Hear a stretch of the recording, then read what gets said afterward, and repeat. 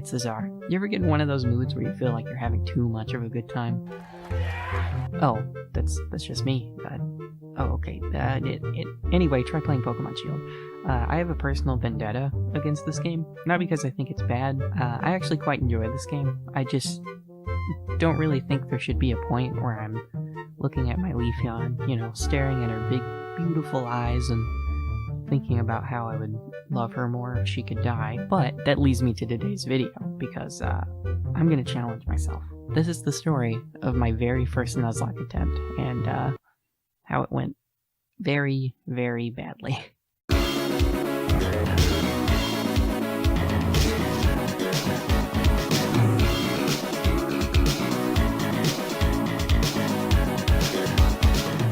First things first, gotta name the hero, sit through the opening, and then buy a character who's totally not the bad guy.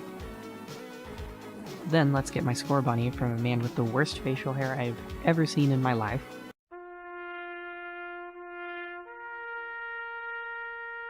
And then let's go to Route 1 and 2 and get my first encounters.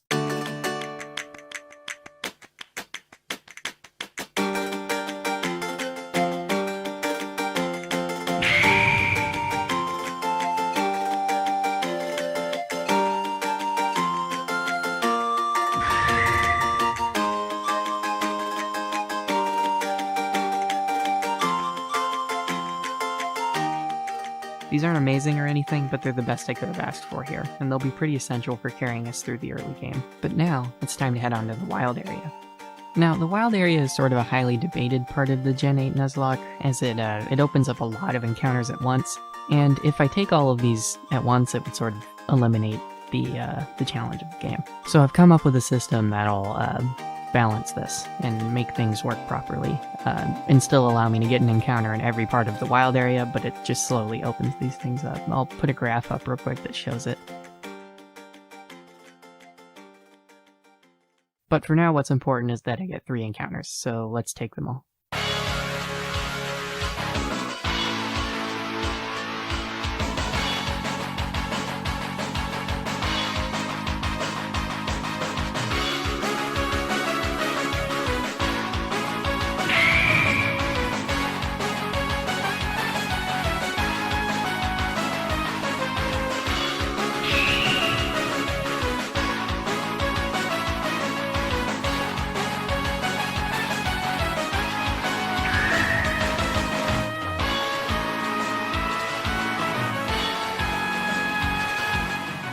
All of these aren't exactly what I was expecting, but I can absolutely make them work.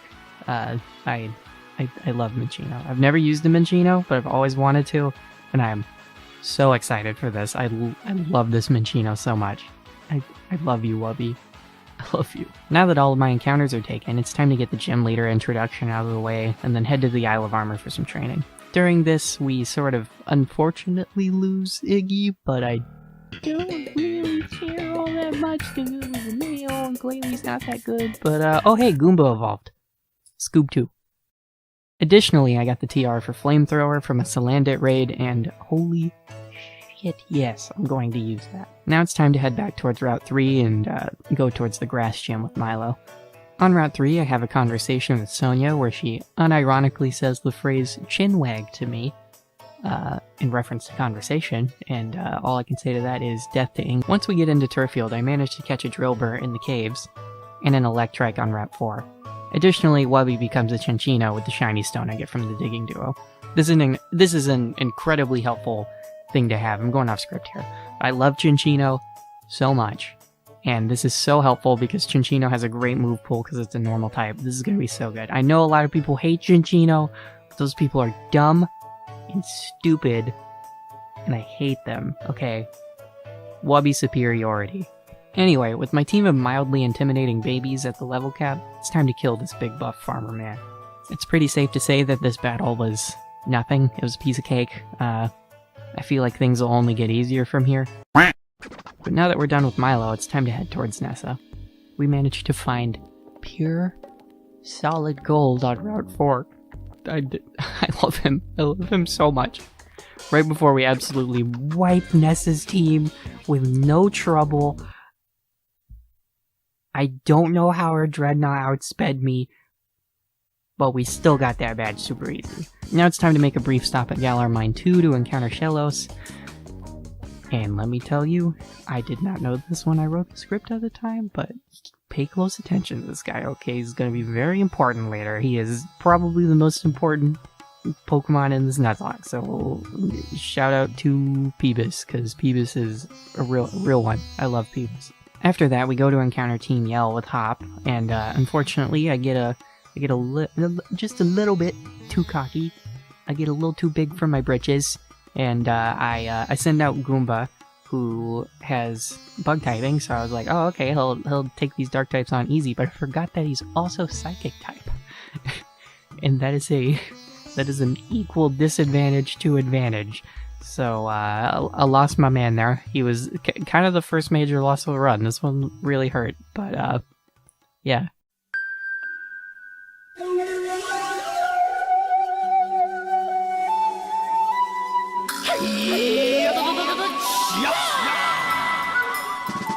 Look at this Gilf. It's time to punch this Gilf in the head, but what I need to do is train, so let's go to the wild area again. Over the training break, I take an encounter and catch Shelder. Not only is Shelder one of my favorite Pokemon, but it's going to be an MVP if it makes it to the late game, because things like Rayhan, stuff like that, it's going to be super helpful there.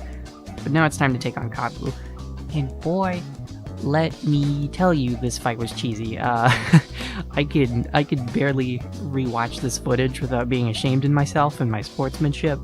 But yeah, I'll just get on with it. Before I take him on, I catch a Sizzlipede during the challenge because apparently the stadium counts as a separate encounter for some reason, according to the guides I've read. So whatever, I'll just go with it. If you don't like that, I won't do it next time. But like that, I'm gonna take this one. Then, when we get into the battle, he leads with Ninetales, and I lead with Peebus, and things are sort of uneventful. He takes out the Ninetales, and then the Arcanine right after, and nothing really comes of it. but then his Centiskorch comes out, and it's just a little bit scary. It's a little bit scary, because I send out Digby, thinking that Digby can take a max Bug-type move, because he's, a ground type, and he's sort of defensive, but it wipes him straight up. Digby is dead. One hit. Gone. So my natural reaction after this is to send out Krabby, because he's a water type and he's like physically offensive, and I'm like, okay, sweet, he can take him. He doesn't do a goddamn dickle of damage, okay? He doesn't do a goddamn dickle of damage. Fuck you, Krabby. God, Krabby was one of my favorite Pokemon, but this event in itself absolutely spoiled him for me, dude. It was so upsetting. I don't really have a choice at this point, so I have to swap again, and I go for Wubby because it's the strongest neutral pairing I have. But here's the thing. Wubby knows Encore, which if you don't know, is a move that locks a Pokemon into using the same move like 3 or 4 times in a row. So I use that whenever Centiskorch uses Coil, because Wubby outspeeds, and I get him locked in an infinite Coil loop where he's just spinning around and around until I manage to kill him with Swift. I know, that sucks. That's really lame. I'm gonna try not to do that again because that's not really all that interesting, but that's how I won, and now we're on to the Major League, so here we go.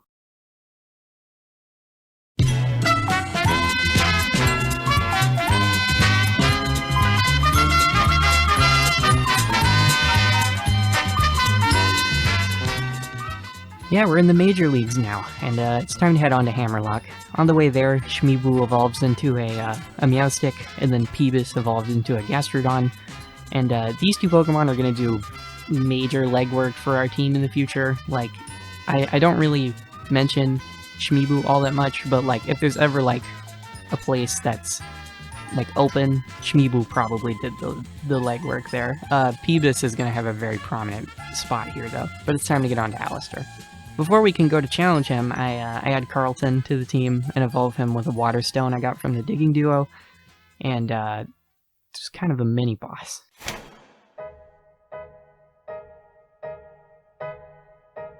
Beauty Anita. Okay, I know what you're thinking. You're thinking, how can this one random NPC be that terrifying? But here, 2 words. Metronome Clefable. Alright, that's all you need to know. It's terrifying, okay? This Pokemon has crazy special attack and special defense. It's hard to take down if you don't have a quick steel type or poison type, which I don't have. So, naturally, I just sort of have to hope that this goes well, because she could straight up kill one of my teammates if I get bad luck, and there's just nothing I can do about it. But luckily, I don't actually lose anything because of Peebus's amazing Storm Drain ability, which comes in clutch so many times in this run, and it was super helpful, so we made it through. After we finished with Beauty and Nita, I decided it's time to move on to the Fossil Lady and get a Dracozolt. I managed to avoid all the encounters to get this, and then we sort of give him a fitting nickname, I would say. Very fitting. Please help me, God. Why did you create me?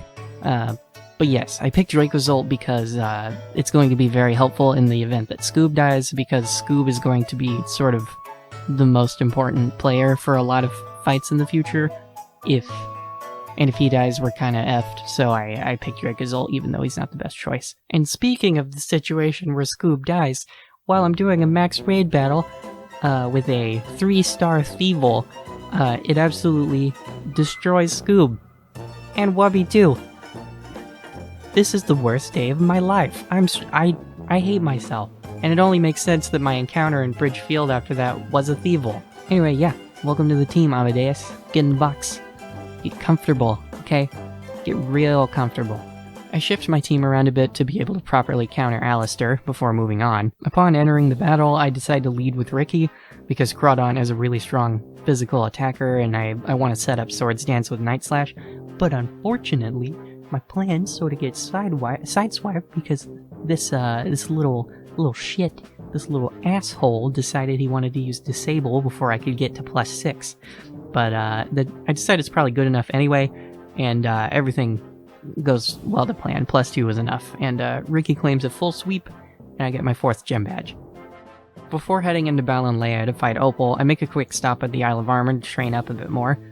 I specifically evolved Deez into a Corviknight to gain some Steel-type coverage, and Anguish to get Poison and Fighting, which is an incredibly good offensive typing. I don't even think I can state how dope that is, like, good lord. And once I get back to Opal's gem, I complete her challenge and decide to battle her. I decide to lead with Shmibu to handle Opal's wheezing, but during the battle, I feel something change in my brain. It's as if I hear a voice. And it says to me, Kitty Sweep. Kitty Sweep. So I set up screens with Shmibu. He holds a light clay, so it makes it a lot easier to handle those sort of things. And just doing it left and right. I can't seem to stop. Next thing I know, Opal Gigantamaxes her Alcremie, and Shmibu stands at the base of Cake Mountain. And I see Shmibu's face, and Shmibu says, "Nobody beats the Shmibu." I decide to hitch a ride to Hammerlock with Miss Opal after I secure the 5th badge, and she seems a little too excited when meeting this effeminate man, and I decide to head east to make my way to Melanie, the Ice-type gym leader. On the way, I catch a Dusclops. Oh wait, you're female? No, you're Stinky Bill. Once we get into Sir Chester, I head to Melanie's gym, and I quickly beat her gym challenge. Fuck, shit, God, fuck, shit. I slowly beat her gym challenge, and then head into the stadium to challenge her. I've come with 2 Pokemon that I'm pretty sure are capable of sweeping her team, so I decide to lead with Bart while I save Hubris for Lapras.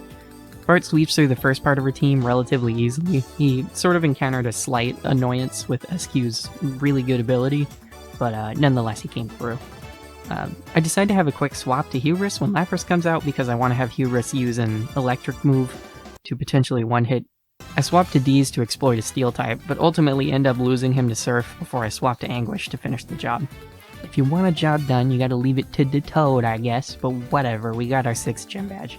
While I'm in the wild area, I lose 2 separate encounters, and one of which was a self-destruct coughing, which is like the worst omen you can get in a Nuzlocke, so I'm really upset. But who cares? It's time to theory craft for Piers.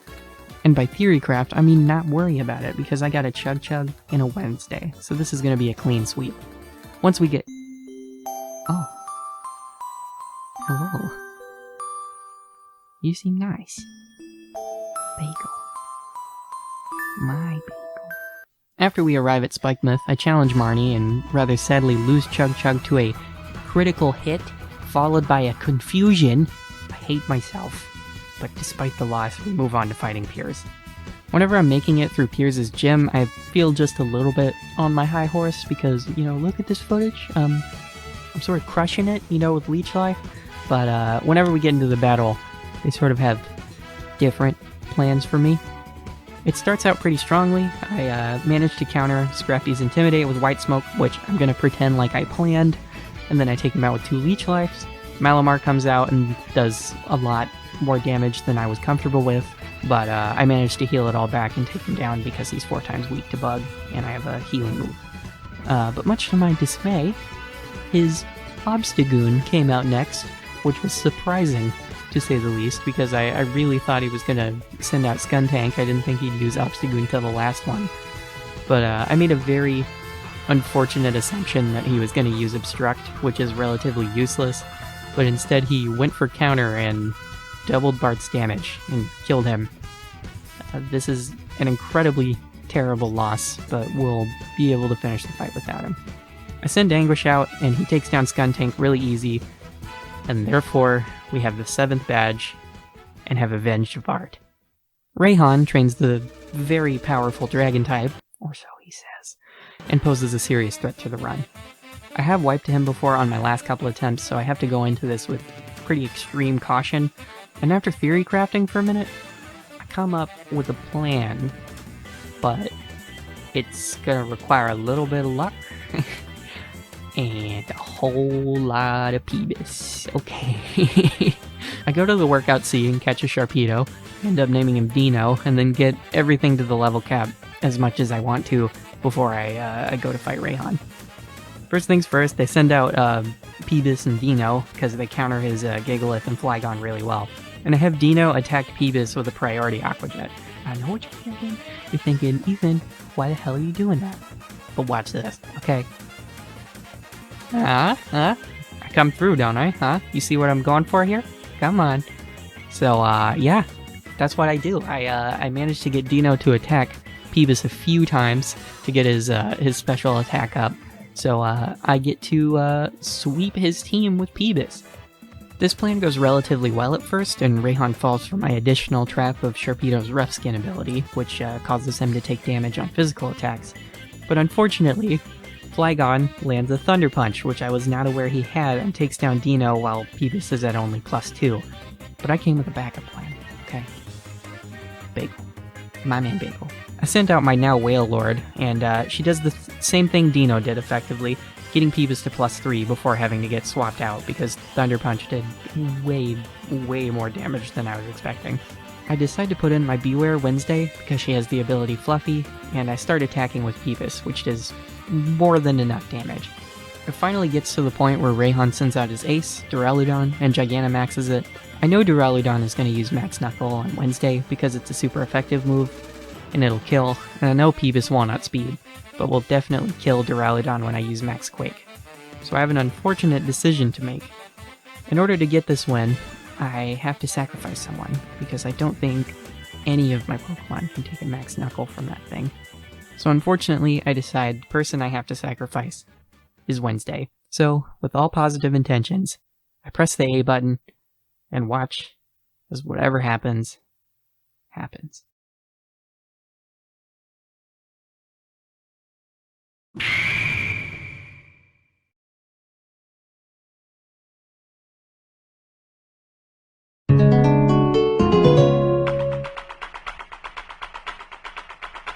Now that we've completed the gym challenge, it's time to go to the Champions Cup and try to win this thing for real. I make the unfortunate mistake of misreading the Cerebi page because I am stupid, and the level cap is actually 49 when I thought it was 51.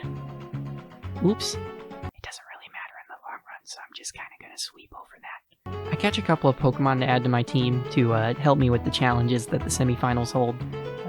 A Growlithe and a Ribombee. The battle starts with Marnie, who Granny stands it as a perfect counter to, like straight up, like she sweeps 5 out of 6 of her team members, or 3 out of 4, I guess. I don't remember how many she has, but like, good lord, bro. I can't even state how easy that was, straight up. But then Grimmsnarl comes out and kills her in one hit. I don't even know how that happened. He didn't even get a critical hit, but he just killed Granny like nothing, which I didn't think would happen. But thankfully, we have Clutch Bagel, so Bagel manages to finish the job, and we're done. Once we get into Hop, he leads with his double, and I lead with Anguish to counter. But I learn, unfortunately late, that double has Zen Headbutt, and this is not good.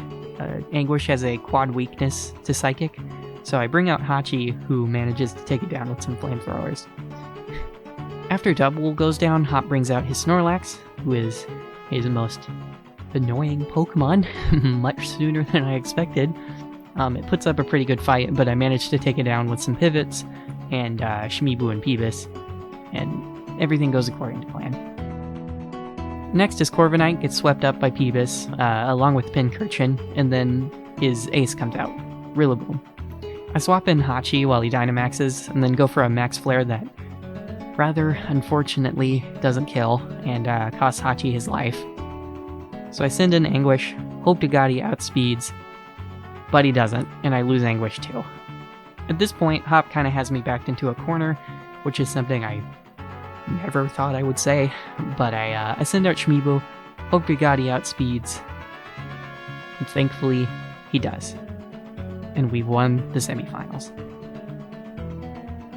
Before we take on the Macrocosmos section, before the finals, I go back to train and catch some replacements for my fallen teammates when I get supremely lucky, like the luckiest I've ever got in these challenges anytime I've tried them, because I got a 1% Dragalge, which I couldn't even find when I hunted for it in the base game.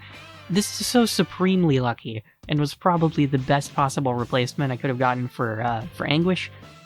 But I also got a male Combi, so I guess it balances out. But after finding what I can only describe as jack shit, after getting the Dragalge, I go back to my PC and pull out some old encounters, who I think have a pretty strong chance of doing it here. I pull out Stanky Bill, and then get Spief from the box, who was a Mienfoo I caught on Challenge Road back, I think, at the 4th gym. It was a long time ago. I didn't think I'd ever use this thing because it's so late game. It evolves at level 50. Why do so many Pokemon evolve at level 50, but you can catch them early game? They're like useless for most of the... Mienfoo is not even a good Pokemon. Mienshao? Amazing. It's such a good Pokemon, but it evolves at level 50. That's so dumb. But anyway, I'm gonna use a Mienshao, so I'm gonna evolve it. What was I even doing? Sorry, yeah, that was so dumb, I forgot I was making a video. Anyway, when we make it to the top of Rose Tower, we have to fight Oleana. She leads with Frostlass, and Bagel just sort of murders it. And honestly, I kind of sweep through her team until Melodic comes out. And, oh boy, this thing, it fucking killed Shmibu, man. I didn't even know I had competitive. Fuck this shit. Straight up. I'm so upset, like, so genuinely. I'm so upset. Why'd they have... I'm reliving it now, doing this voiceover. It was so upsetting to lose Shmibu, because I love Meowstick so much. But... Anyway, I managed to win... Sorry, I'm just so fucked up right now. Anyway, I managed to win the fight despite losing Shmibu, and I go on to replace her with someone who's not even close, not even a little bit, but I get an Executor, and it'll do. Okay, it's an alright Psychic type. I needed the grass coverage anyway, but it'll do. So I head into the stadium to take on the first fight, Nessa. And, oh no. Leading with Dragalge was a giant mistake because I totally forgot Bede interrupts, and Dragon types are like the worst thing to lead into Bede. So I decide quickly I need to swap, and I swap to Bagel, who manages to sweep most of his team. And then Hatterene comes out and kills Bagel with confusion. When does confusion come in clutch? I've never lost a Pokemon to confusion. I've never won a Nuzlocke. Like, I've never been that unlucky. Like, oh my god, dude, that's so irritating. But nonetheless, I have to push on, and I take down Hatterene and start my fight with Nessa. Sushi leads and manages to take out Nessa's water types that resist Omelette, and then Omelette manages to take down Seaking and Dreadnought, and we secure a deathless win. Next is Alistair.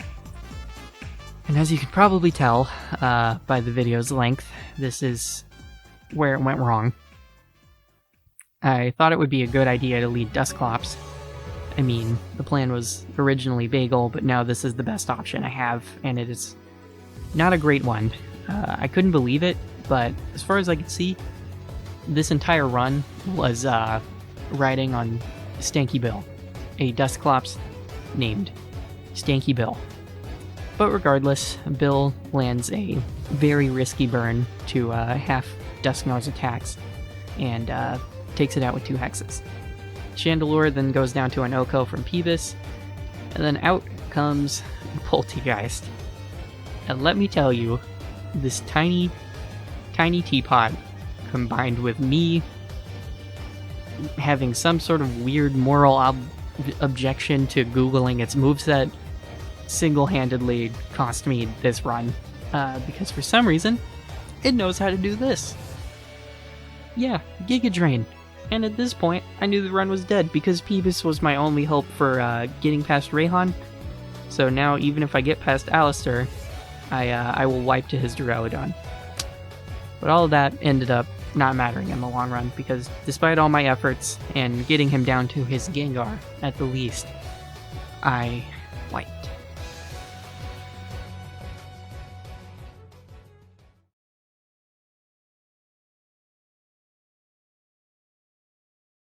To be honest, I don't really know a good way to end this video. Despite my best efforts, 3 attempts, 72 deaths, and 21 gym badges, I wasn't able to get it done in time for this video, and that really sucks. But what I can say is that I've learned a lot. Like, a whole lot. I'm such a better Nuzlocker and Pokemon player after this loss than I was before. And if you're going through something difficult like this, I mean, obviously not a Nuzlocke. I'm not trying to compare that, but you know what I mean. I just mean, if you're trying to do something like this, don't give up on it. Because every time you fail at something, you're going to learn. And whenever you come back, you'll be able to win. And that's exactly what I'm going to do next time. Thank you for watching.